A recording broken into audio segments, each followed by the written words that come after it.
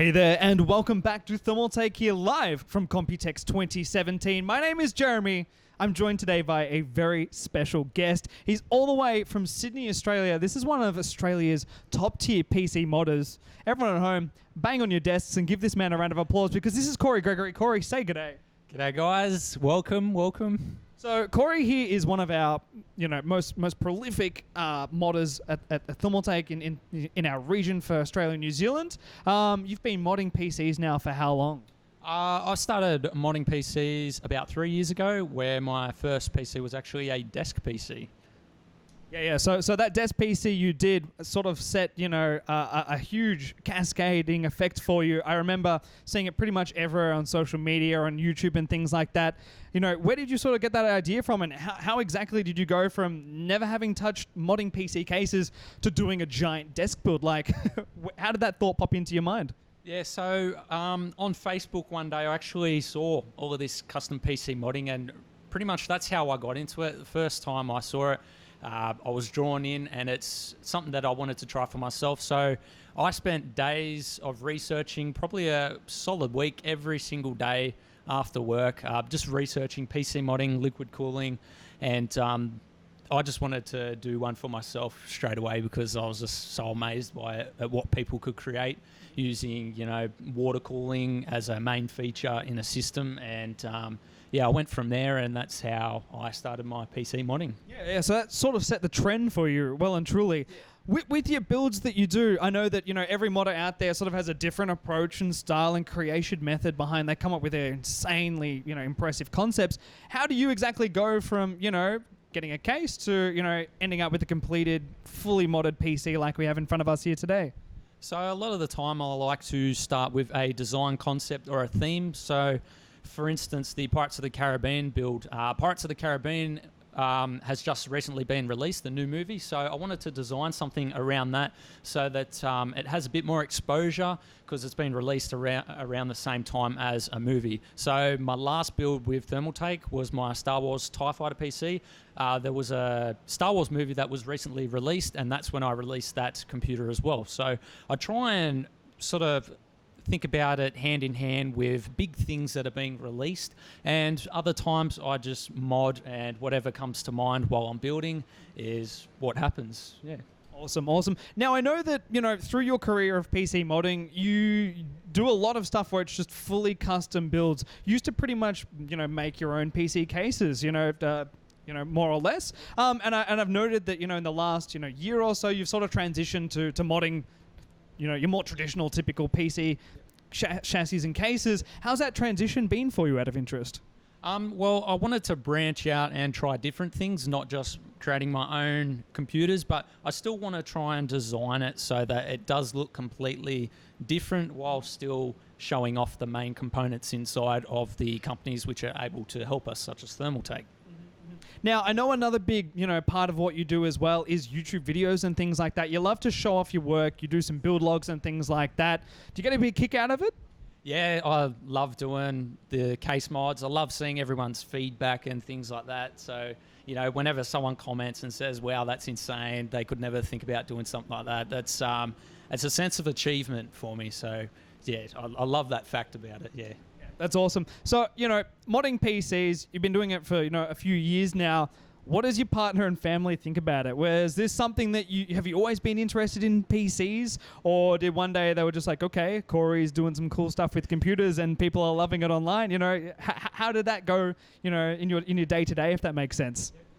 So, believe it or not, I actually haven't always been into PCs or gaming for that matter. I only recently got into it probably after I finished my high school and study and stuff like that. So 3 years ago is when I really got into PCs, basically when I started modding and got into gaming. Every single time I come home from work, I'm working on something new. And, my family and partner have been very supportive of it. And for instance, my partner's actually looking into making her own computer. Awesome. She'd love to, try a case mod and see how she goes. But very supportive. So that's fantastic to hear. Now, for people out there who are watching this and they might be saying, this Tower 900 Pirates of the Caribbean build you've done, it's phenomenal.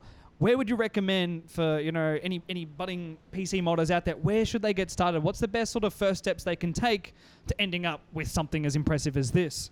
So I get a lot of questions asked about this a lot on, say, YouTube videos and things like that. People want to be able to do this stuff but don't know where to start. And some things that I try and tell them is a great way to start is, vinyl stickers or working with acrylic, because that way they don't actually have to damage the case in any way if they do make any mistakes. Acrylic is nice and cheap, and it's a really great option. They can start with making some, back plates or power supply cover, things like that, and they don't have to worry about damaging any components in the system, which is what a lot of people are worried about, and that's why they're afraid to actually get into the computer modding.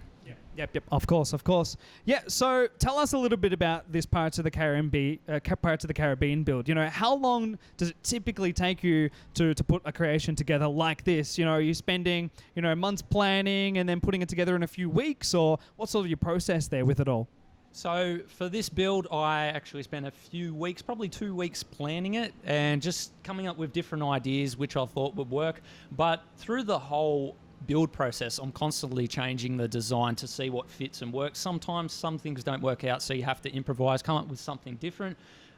This build probably took me about 2 months, I'd say, to fully complete. Believe it or not, I was actually working on this until 2 a.m. the day before I actually shipped this out. So it was certainly a long process. You get home from work, you're straight on it until it's dark and you can't work anymore. Noise restrictions kick in, you can't use power tools and stuff anymore. So, it was a very, very long process, but the end result is breath of relief, and you're amazed by what you've actually built and created at the end of it. So that's just what keeps me going. That's fantastic. Now, Thermaltake's been supporting your work now for many years, How's Thermaltake helped you, in your modding work? So Thermaltake have been a great support to me. They've really helped me produce a lot more creations and content than I would have been able to, because, modding is such a time-consuming thing, but it can also cost a lot if you don't have the resources and that there. So with that being said, they've helped me out tremendously and very grateful for it. Fantastic. Now, you've been modding for 3 years. I've got to ask, where do you see yourself being in 3 years' time with case modding? Where's the next big step for you? In 3 years' time, or in the near future, I would actually like to be doing it full time, to be honest. That'd be my dream. It's a passion of mine. I love doing it. And if I can create builds every day, working on them every day, I'd be a happy guy. Awesome. So, you've seen everything that we have here at Computex 2017. If you had to pick one case, and you could only mod one Thermaltake case for the rest of 2017, which case would it be? Well, I've done a lot of bigger builds, so I want to try something smaller. So I'd probably go with the Core P1. Yeah, a little mini ITX build, something along those lines. Design some cool spaceship theme type build or something. At the end of the day, the options are endless. So, yeah, I'd probably go with the Core P1. Fantastic. Well, there we go. That's all we have time for here with Corey Gregory. He's a part of I'm Face Roll. Do you have any shout-outs you'd like to give to the viewers out there? Yeah, shout out to Amelia for putting up with me. I know I'm a bit of a pain, but, hopefully after this I can take you somewhere nice, make up for it all. Shout out to everyone back at home in Australia, my family, and thank you everyone for the support. Thank you Thermaltake for the support. It's great working with you guys, and we'll see you guys next time. Yeah, so Corey, it's been an absolute pleasure. That's all right. So there we have it. Guys, tuning in, if you have any questions, do let us know in the live stream comments. We're always happy to answer them. And if you're looking for more coverage here from us at Thermaltake at Computex 2017, jump over to our website over at computex2017.thermaltake.com. We've got stacks of information there on all of our latest products. Check it all out. So, we're going to have a quick break here. Corey, thank you so much again for joining us for today's interview. It's been a pleasure having you with us. And hopefully we can have you again here next year, with some more amazing builds. So, all right, we'll be back after a short break. See ya.